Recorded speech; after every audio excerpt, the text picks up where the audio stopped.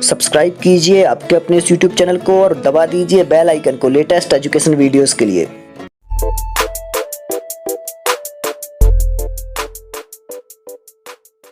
कैसे हैं आप लोग? स्वागत है आप सभी का आपके अपने इस चैनल सुविज्ञा में। साथियों, आज हम यहाँ पुनः संस्कृत पेडागोजी के कुछ महत्वपूर्ण प्रश्नों का अध्ययन करेंगे जो कि परीक्षाओं की दृष्टि से बहुत ज़्यादा उपयोगी हैं। और ये पिछली परीक्षाओं में पूछे गए प्रश्न हैं, चाहे यूपीटीईटी हो, चाहे सीटीईटी हो या फिर अन्य प्रतियोगी परीक्षाएं हैं, तो उनके ही ये पेपर्स हैं। चलिए स्टार्ट करते हैं पहले ही प्रश्न से। और आप लोग कुछ पूछना हो तो मुझे इंस्टाग्राम पर फॉलो कर लें, वहाँ पर पूछ सकते हैं। और टेलीग्राम ग्रुप सुविज्ञा से आप लोग PDF वगैरह जो भी हैं वो डाउनलोड कर पाएंगे। चलिए, दिया हुआ है उच्च प्राथमिक स्तर पर छात्रों की परीक्षा प्रणाली उपयुक्त होगी। तो उच्च प्राथमिक स्तर की चर्चा चल रही है। उच्च प्राथमिक स्तर पर छात्रों की परीक्षा प्रणाली उपयुक्त होगी। कौन सी परीक्षा प्रणाली उच्च प्राथमिक स्तर पर उपयुक्त होगी? ऑप्शन पहला है केवल लिखित, दूसरा है केवल मौखिक, तीसरा दिया हुआ है शास्त्रार्थ, या फिर चौथा दिया है लिखित एवं मौखिक दोनों। तो उच्च प्राथमिक स्तर पर की गई छात्रों की जो परीक्षा प्रणाली होती है वह मुख्यतः लिखित और मौखिक दोनों रूप से होती है। और इसका कारण यह भी है कि प्राथमिक स्तर पर केवल लिखित शिक्षा प्रणाली तो हो सकती है, परंतु उच्च प्राथमिक स्तर पर जो शिक्षा प्रणाली होती है वो कुछ विकसित होने लगती है। तो इसलिए इस स्तर पर जो परीक्षा प्रणाली है वो लिखित और दोनों ही सही होंगी। तो ये जो चौथा नंबर का दिया हुआ है, लिखित और मौखिक दोनों प्रकार की परीक्षा प्रणाली उपयुक्त होगी उच्च प्राथमिक स्तर पर। आगे दिया हुआ है संस्कृत में कथा या फिर कहें कहानी। तो कहानी शिक्षण का उद्देश्य नहीं है। इसके पहले एक प्रश्न था जिसमें पूछा गया था कि उद्देश्य क्या है, लेकिन यहाँ पर पूछा है कि क्या नहीं है। ऑप्शन दिए हुए हैं छात्रों की कल्पना शक्ति का विकास करना, छात्रों की संस्कृत ध्वनि विज्ञान से परिचित कराना, छात्रों को संस्कृत ध्वनि विज्ञान से परिचित कराना, छात्रों की तर्क शक्ति को विकसित करना, छात्रों का उत्तम चरित्र निर्माण करना, ये कहा। तो सही क्या रहेगा? मतलब कि संस्कृत शिक्षण की एक विधि है कहानी शिक्षण, जो कि यह उद्देशित करती है कि कहानी शिक्षण से बच्चों में कल्पना शक्ति का विकास करना कुछ प्रमुख उद्देश्य हो जाता है। और इसी तरह छात्रों की तर्क शक्ति को विकसित करना, छात्रों का उत्तम चरित्र निर्माण करना आदि भी इसी के अंतर्गत सम्मिलित हो जाते हैं। तो यहाँ पर छात्रों को संस्कृत ध्वनि विज्ञान से परिचित कराना, जो बी दिया हुआ है, छात्रों को ध्वनि विज्ञान से परिचित कराना कहानी शिक्षण का उद्देश्य बिल्कुल भी नहीं हो सकता है। और यह उद्देश्य सामान्यतः ध्वनि विज्ञान को संक्षिप्त करता है। तो यही रहेगा हमारा सही उत्तर, जो कि इस विकल्प में ठीक नहीं बैठ रहा है। ये कहानी शिक्षण का उद्देश्य नहीं है। आगे दिया हुआ है छात्रों का उच्चारण अभ्यास कराने के लिए शिक्षक को सहायक सामग्री प्रयोग करनी चाहिए। तो कौन सी सहायक सामग्री प्रयोग करनी चाहिए उच्चारण अभ्यास कराने के लिए? देखिए, अभ्यास कराया जाना है, मतलब बार बार अभ्यास कराया जाएगा। ऑप्शन में है श्यामपट्ट, दूसरा टेप रिकॉर्डर दिया है, चौथा फ्लैश कार्ड दिया है, रेडियो दिया हुआ है। तो शिक्षण कार्य में हमेशा शिक्षक को उच्चारण अभ्यास कराते समय टेप रिकॉर्डर, सस्वर वाचन, पुनरावृत्ति इत्यादि विधियों से शिक्षण कार्य किया जाना चाहिए। और शिक्षण तभी सफल होता है जब शिक्षक शिक्षण सामग्री का समुचित प्रयोग करता है। तो जो बी नंबर का दिया हुआ है टेप रिकॉर्डर, यहाँ पर ये विकल्प होगा सही हमारा, टेप रिकॉर्डर। आगे दिया हुआ है पहले नियम बताकर उदाहरण दिया जाता है। देखिए, सामान्य सा प्रश्न है ये, पहले नियम बताकर फिर उदाहरण दिया जाता है। तो ये किस विधि में होता है कि पहले तो नियम बता दिए जाएं और बाद में उदाहरण दिए जाएं? तो इस प्रकार से जो होता है निगमन विधि में होता है, क्योंकि आगमन में अलग है और निगमन में अलग है। तो आगमन में तो उदाहरण पहले आएंगे, लेकिन निगमन में नियम पहले आते हैं।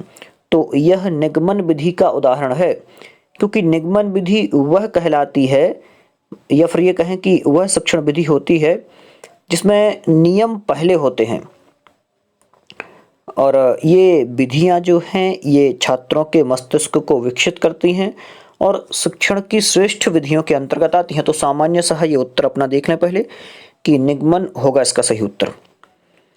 आगे दिया है उच्च प्राथमिक स्तर। उच्च प्राथमिक स्तर की चर्चा है। उच्च प्राथमिक स्तर पर गद्य शिक्षण का उद्देश्य नहीं है। क्या कह रहे हैं? उच्च प्राथमिक स्तर पर गद्य शिक्षण का उद्देश्य नहीं है। क्या उद्देश्य नहीं है गद्य शिक्षण का उच्च प्राथमिक स्तर पर? तो पहला ऑप्शन दिया है छात्रों के शब्द भंडार में वृद्धि करना, पहला ऑप्शन है। दूसरा दिया है छात्रों के सूक्ति भंडार में वृद्धि करना। तीसरा है छात्रों को स्पष्ट एवं शुद्ध उच्चारण में प्रशिक्षित करना, या फिर छात्रों में अभिनय कला का विकास करना। तो क्या रहेगा सही उत्तर? बताना है आप लोगों को। जो डी दिया हुआ है ये वाला, यही रहेगा करेक्ट। मतलब कि अभिनय कला का प्रतिपादन हमारे साहित्य में नाटक के मंचन पर किया जाता है और छात्रों में अभिनय कला का विकास करना ये गद्य शिक्षण का उद्देश्य नहीं है। गद्य शिक्षण के जो वास्तविक उद्देश्य होते हैं ये तो छात्र का शब्द भंडार या फिर कोश ग्रह बढ़ाना हुआ, छात्र का सूक्ति भंडार ये वाला हुआ, स्पष्ट लेखनी और शुद्धोच्चारण हुए, तो ये हैं। तो सही उत्तर क्या रहेगा? ये वाला। नहीं है पूछा है ना, तो नहीं में यही रहेगा अभिनय कला का विकास करना, जो कि गद्य शिक्षण का उद्देश्य नहीं है। और जो दिए हुए हैं ऑप्शन में वो ज़्यादातर गद्य शिक्षण के ही हैं। फ्लैश कार्ड शिक्षण अधिगम सामग्री है, या फिर ये कहें फ्लैश कार्ड जो है वो शिक्षण अधिगम सामग्री में है। तो फ्लैश कार्ड के बारे में पूछा है कि फ्लैश कार्ड जो है वो शिक्षण अधिगम सामग्री में क्या है? दृश्य श्रव्य दोनों ऑप्शन में दिया हुआ है। क्या दृश्य श्रव्य सामग्री है या फिर केवल दृश्य सामग्री है, जो कि दूसरा ऑप्शन है। तीसरा दिया है श्रव्य सामग्री, क्या केवल ये श्रव्य सामग्री है, या फिर हाँ यहाँ पर थोड़ा सा ऑप्शन में मिस्टेक है, कोई दिक्कत नहीं है। ये पहले के बाद सी यहाँ आना था जो कि ऊपर नीचे हो गया है, कोई दिक्कत नहीं है। तो बी दिया है श्रव्य और सी दिया है दृश्य, या फिर इनमें से कोई नहीं दिया हुआ है। तो क्या रहेगा सही उत्तर? तो जो सी दिया हुआ है यही होगा अपना सही उत्तर, कि जो फ्लैश कार्ड है ये हाँ सी वाला, सी नंबर पे है, मैं भी मिस्टेक कर रहा हूँ यहाँ, ये है दूसरे नंबर पे सी दिया हुआ है ये। तो ये है दृश्य सामग्री है फ्लैश कार्ड। कौन सी है? दृश्य सामग्री है फ्लैश कार्ड। कोई दिक्कत नहीं, आप लोग ध्यान रखें थोड़ा सा। फ्लैश कार्ड ये जो दिया हुआ है दृश्य ऑप्शन ये रहेगा सही। आगे चलते हैं। संस्कृत भाषा में कहानी शिक्षण करते समय शिक्षक को बचना चाहिए। तो संस्कृत में कहानी शिक्षण करते समय शिक्षक को किससे बचना चाहिए? चित्र या मुखौटे का प्रयोग करने से, मुखौटा का प्रयोग करने से, वार्तालाप से, हाव भाव प्रदर्शन से, या फिर पुस्तक प्रयोग से। तो देखिए संस्कृत में जब कहानी शिक्षण की बात आती है तो शिक्षक को पुस्तक प्रयोग से बचना चाहिए। मतलब कि संस्कृत भाषा में कहानी शिक्षण वह शिक्षण है जिसके अंतर्गत कहानी चित्रण मुखौटा के प्रयोगन या फिर वार्तालापन या फिर कहें कि हाव भाव प्रदर्शन इत्यादि से हो सकता है, या फिर ये सब उसमें सम्मिलित किए जाते हैं। और वास्तव में यह कटु सत्य है कि संस्कृत भाषा के शिक्षण को कहानी शिक्षण करते समय या फिर संस्कृत भाषा की शिक्षा देते समय, कहानी शिक्षण करते समय पाठ्यपुस्तक आदि का प्रयोग तो बिल्कुल भी नहीं किया जाना चाहिए। तो क्या रहेगा सही उत्तर? ये वाला जो मैंने बता ही दिया है पहले कि डी रहेगा इसका सही उत्तर। आगे चलते हैं। श्लोक के एक एक पद का अर्थ करते जाना किस प्रणाली का द्योतक है? क्या कह रहे हैं? श्लोक के एक एक पद का अर्थ करते जाना किस प्रणाली का द्योतक है? पहला ऑप्शन दिया है व्याख्या प्रणाली का द्योतक है, दूसरा तुलना प्रणाली का द्योतक है, समीक्षा प्रणाली का द्योतक है, या फिर गीत एवं नाट्य प्रणाली का द्योतक है। तो क्या रहेगा सही उत्तर? व्याख्या प्रणाली वह प्रणाली है जिसके अंतर्गत श्लोकों के एक एक पद्य का अर्थ जाना जाता है और श्लोक के प्रत्येक पद के जो अन्वयार्थ होते हैं उन अन्वयार्थ को व्याख्या प्रणाली के साथ रखते हैं। इसलिए तुलना ये कहें कि तुलना प्रणाली, समीक्षा प्रणाली, गीत और नाट्य प्रणाली आदि भी एक एक पद का अर्थ बोधन नहीं कर सकते। तो जो अपना सही उत्तर रहेगा ये पहला वाला ही रहेगा सही, व्याख्या प्रणाली का। आगे चलते हैं, दिया है संस्कृत काव्य शिक्षण का उद्देश्य नहीं है। देखिए एक सामान्य सा प्रश्न पूछा है, संस्कृत काव्य शिक्षण का उद्देश्य नहीं है, क्या उद्देश्य नहीं होना चाहिए संस्कृत काव्य शिक्षण का। पहला ऑप्शन दिया है रसानुभूति करना, गति, यति, लय एवं भाव के अनुसार श्लोक पाठ करने की क्षमता विकसित करना, या फिर शब्द भंडार में वृद्धि करना, या कविता के उदात्त भावों का विकास करना। थोड़ा सा टाइपिंग मिस्टेक हो सकती है लेकिन कोई दिक्कत नहीं है, अपन को तो विकल्प समझना है कि यहाँ पर ये विकल्प होगा। तो प्रश्न क्या था कि संस्कृत काव्य शिक्षण का उद्देश्य नहीं है छात्रों के, तो सही रहेगा सी वाला, शब्द भंडार में वृद्धि करना। मतलब कि संस्कृत काव्य शिक्षण के कुछ उद्देश्य होते हैं जो हमें संस्कृत शिक्षण के समय उपयोग में करने होते हैं। जैसे कि कहें काव्य में रस की अनुभूति करना, काव्य के या फिर ये कहें काव्य में लय गति को भी अपने अंतर्निहित पुट में सन्निहित करना। उपयुक्त से यही सिद्ध है कि जो शब्द भंडार में वृद्धि करना एकमात्र विकल्प है जिसका संस्कृत काव्य शिक्षण में उपयोग नहीं किया जाता है, यही होगा सही।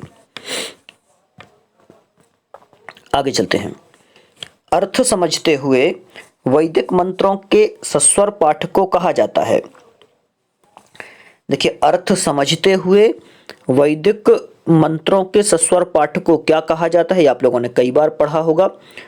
ऑप्शन पहला दिया हुआ है पारायण विधि में ऐसा होता है क्या, दूसरा सूत्र विधि में ऐसा होता है क्या, या फिर तीसरा दिया हुआ है वाद विवाद विधि में, या फिर उपर्युक्त सभी दिया हुआ है।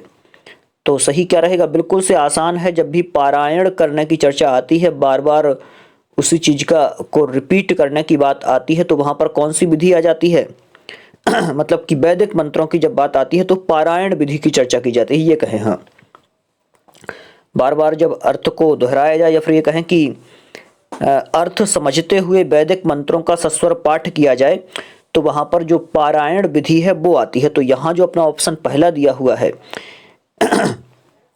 पहला ऑप्शन ही रहेगा सही, ये वाला। चलिए अगले प्रश्न पर चलते हैं।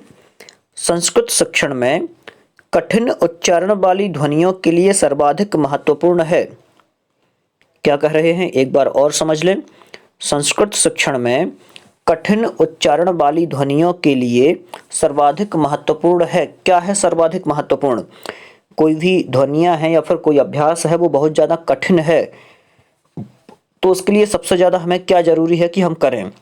सक्रियता का सिद्धांत पहला ऑप्शन है, क्रमबद्धता का सिद्धांत दूसरा ऑप्शन है, या फिर अभ्यास का सिद्धांत तीसरा है, और इनमें से कोई नहीं।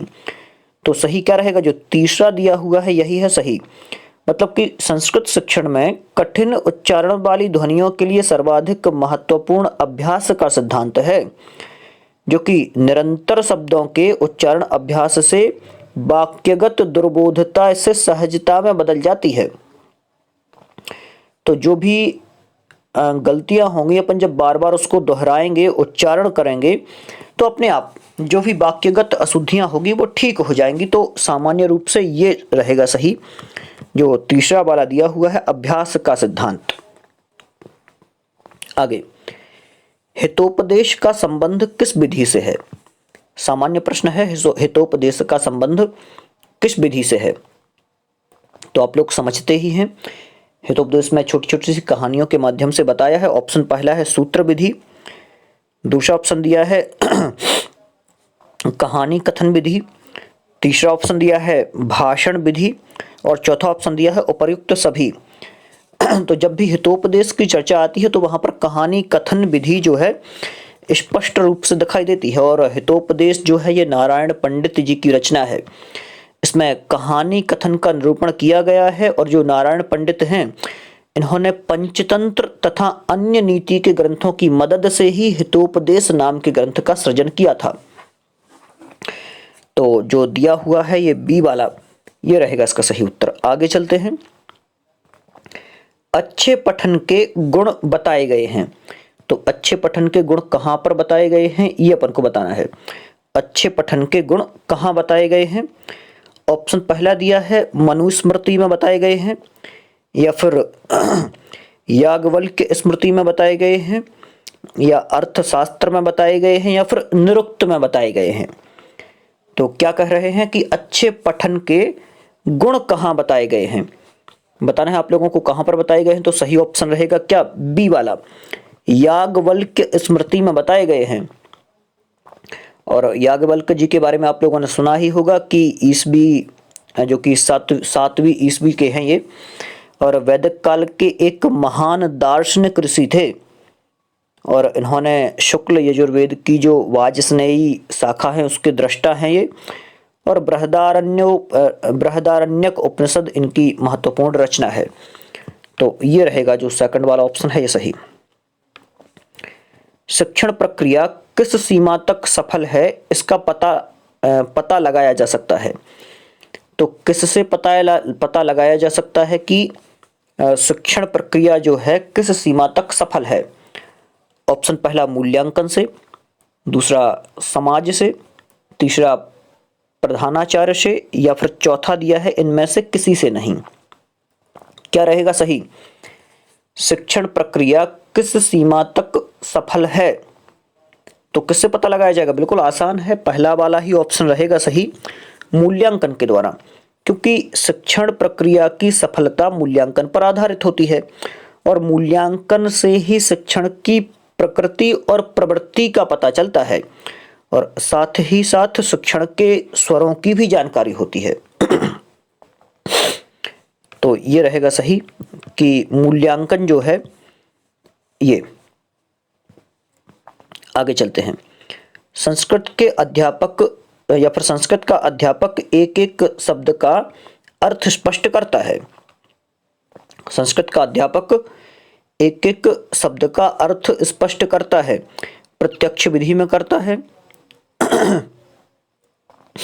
या फिर दूसरा दिया हुआ है व्याख्या विधि में करता है, या फिर तीसरा दिया हुआ है मूल्यांकन विधि में करता है, या समवाय विधि में करता है। तो संस्कृत का अध्यापक, या फिर ये कहें कि संस्कृत शिक्षण में संस्कृत के अध्यापक को अध्यापन करते समय एक एक शब्द का अर्थ स्पष्ट करना चाहिए, और साथ ही साथ कौन सी उसकी व्युत्पत्ति भी बताना चाहिए। तो ये किसमें होता है? ये व्याख्या विधि के अंतर्गत होता है। संस्कृत का अध्यापक एक एक शब्द का अर्थ स्पष्ट करता है, ये व्याख्या विधि में करता है। ये रहेगा सही। आगे, संस्कृत शिक्षण में प्रयोग किए जाने वाला दृश्य उपकरण है। देखिए यहां पर दृश्य उपकरण के बारे में पूछा है। तो कौन सा दृश्य उपकरण है? पहला दिया है सिनेमा, दूसरा टेप रिकॉर्डर, तीसरा दिया है फ्लैश कार्ड, और चौथा दिया है ग्रामोफोन। तो क्या रहेगा सही? संस्कृत शिक्षण में प्रयोग किए जाने वाला दृश्य उपकरण का पूछा है। तो दृश्य उपकरण कौन सा होगा? तीसरे नंबर वाला, जो सी ऑप्शन दिया हुआ है फ्लैश कार्ड, क्योंकि इसे देखा जा सकता है और केवल दृश्य के बारे में पूछा था। तो टेप रिकॉर्डर होगा, मतलब फ्लैश कार्ड होगा। आगे, पहले उदाहरण प्रस्तुत किए जाएं, बाद में नियम, यह शिक्षण सूत्र है। तो पहले तो उदाहरण प्रस्तुत किए जाएं और बाद में नियम प्रस्तुत किए जाएं, तो ऐसा कहां पर होता है ये आपको बताना है। बिल्कुल से आसान है। जहां पर पहले उदाहरण देकर बाद में नियम बनाए जाते हैं, वहां कौन सी विधि होती है?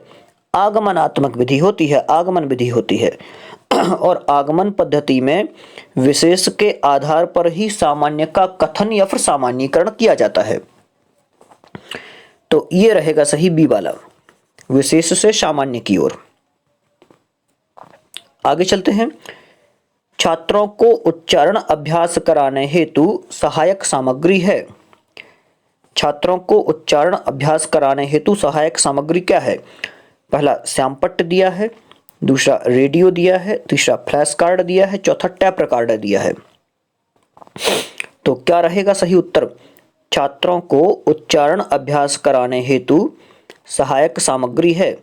कौन सी सहायक सामग्री है? डी, ये जो टैप रिकॉर्डर दिया हुआ है यही रहेगा इसका सही उत्तर। तो टैप रिकॉर्डर के माध्यम से ही जो भी छात्र हैं वो अभ्यास का उच्चारण आदि कार्य कर सकते हैं। आगे आज के इस सेशन का अंतिम प्रश्न है, लगभग 19-20 प्रश्न हो चुके हैं आज। छात्र पढ़े हुए श्लोकों को कंठाग्र करेगा, यह व्यवहारगत परिवर्तन किस उद्देश्य का है? तो किस उद्देश्य का है ये आपको बताना है। ज्ञान को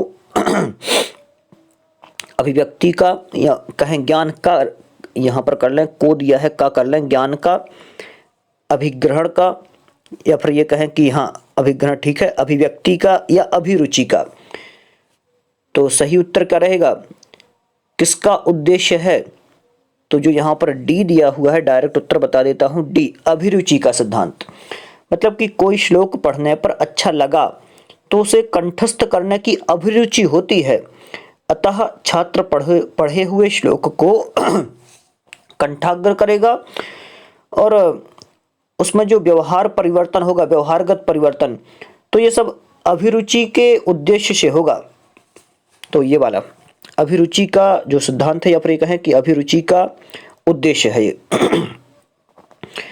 तो आज के लिए इतने ही रहने देते हैं, आगे पुनः किसी और अन्य वीडियोस के साथ जिसमें संस्कृत पेडागोजी आदि के और भी प्रश्नोत्तर रहेंगे। आज थोड़ा सा जुकाम है तो बोलने में थोड़ी सी दिक्कत हो रही है, कोई दिक्कत नहीं है। आगे पुनः इसी प्रकार से और भी बहुत सारे प्रश्न अपन कवर करने की कोशिश करेंगे।